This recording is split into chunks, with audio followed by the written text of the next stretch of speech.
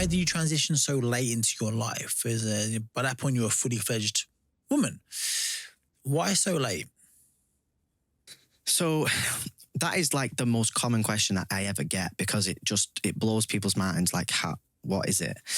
And there's kind of two answers to the question of how did I know? So I only came to the actual realization and the decision at the age of sort of 26, 27. But when I look back, I absolutely knew. I just didn't have the vocabulary to verbalize how I was feeling.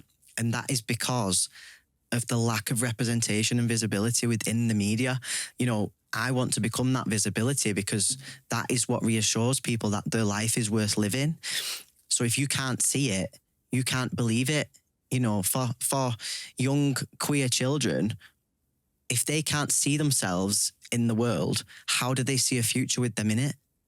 So I didn't know trans was a thing. I didn't know I could be a man. I didn't know any of these things. But when I look back, you know, I used to have an over-compulsive prayer that I said in my head like all the time.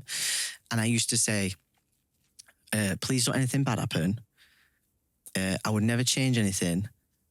Please be okay, everything. And I love being a girl.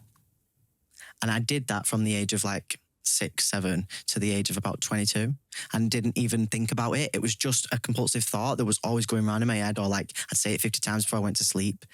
And I look back now and I think you've just spent 20 years trying to convince yourself you was happy being a girl. Trying to convince yourself, yeah. Yeah.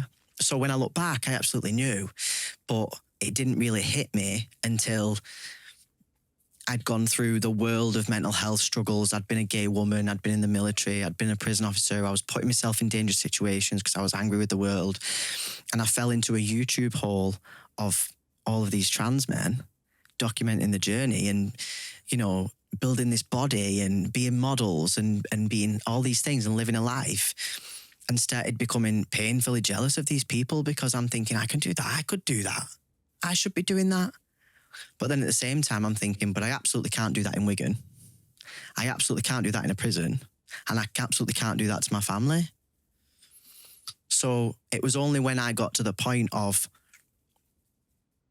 you know, not wanting to die, but not wanting to live anymore, that I had to face this. And I've always been someone who's said to everyone, when it feels scary to jump, you jump. Otherwise, you stay in the same place your entire life. And it was my time to take my own advice. I had to do that. And when I did tell them, they were terrified and devastated, because the thing that hits a parent and family when you tell them something like that is fear immediately. You know, the world's hard enough. Like, I don't want you to get all of this abuse. You know, what's going to happen to you? You work in a prison. Trans people's existence is questioned constantly within the media. People, you know, and I'm not disputing that a range of people this happens to, but trans people still get attacked and murdered for being trans. And it's a dangerous place to be, especially when you're then going to walk into a prison as well.